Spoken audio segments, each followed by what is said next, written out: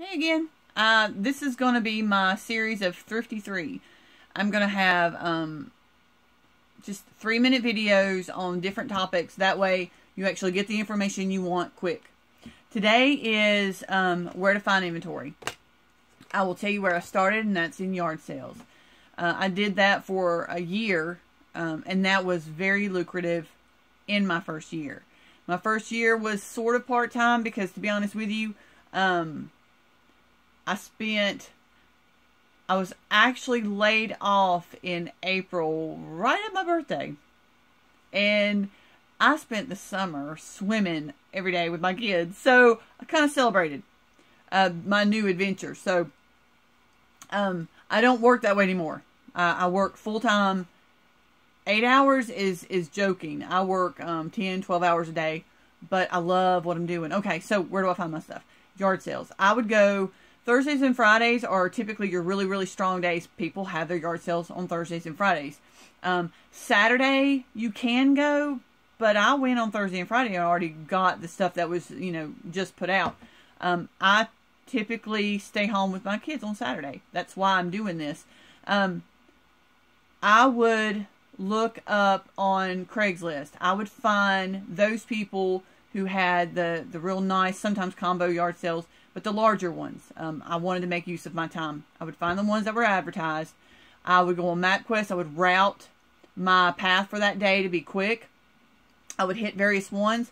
I would have a notebook with me in my car. I would sit down after I purchased whatever from each particular yard sale. I would inventory sort of my list, itemize out what I bought, how much I paid for it, kept track of it and date it, the area that you were in, put that information as well. You're keeping track of what you spent for yourself so that you know you're making money, but not only that, this can be your tax record too. Okay, so that worked well. My least favorite would be flea markets. Most people in there might be like you. You might want to do that. I want to work from my home. I'm not going to do that. But so they're already in there with a markup on it. You may or may not have any success there. I don't, but I know a lot of people who sell their stuff there. I've had a lot of success finding items on your big sales in the malls or your outlets. Love those. It's not as close for me, so I don't do it as often. I wish I could, but I love where I live. I'm kind of in the country. I have to travel a little bit of ways to find those larger places, but I would get 75 to 80% off my items and your name brand stuff. I mean, for your Nikes, for your Levi's, for that kind of stuff. That's not your designer stuff that I have so much success with. But this is another avenue, which is 40% of my business. The designer stuff I do find at thrift stores. People have donated this stuff. You have to go through them. I mean, you have to be picky.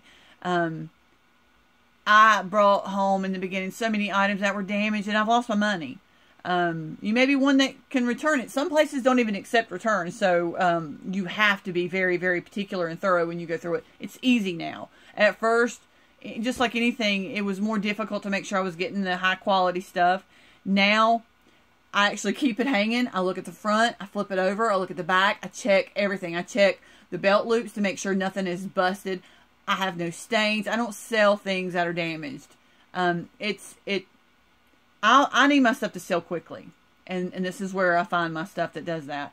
I will usually target about 3 a day. I usually go twice a week. Depends on how quickly I list and get my inventory put online. And when I run out, I go out and I get more. I typically look back at my week and see what my sales were, and then I will replace it. Obviously, that's how you grow.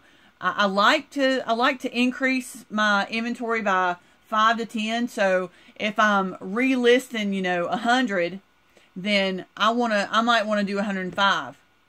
That way, I'm not just always staying even. I'm growing. It's hard. There's a lot of work to it. You have to stay diligent. You have to get up like everyone else. Get at the computer. No supervisor is watching you and going to smack your hand because you didn't work. You have to make yourself do this, and it's so possible. I've been doing it for 5 years, like I've said before in my videos. I love what I do. My next videos, I've got a couple that I really want to hit on that were some of my early mistakes that I think will help. I'm at 5 minutes, so I got to go. Anyway, guys, thank you for watching again. Have a great day. Bye.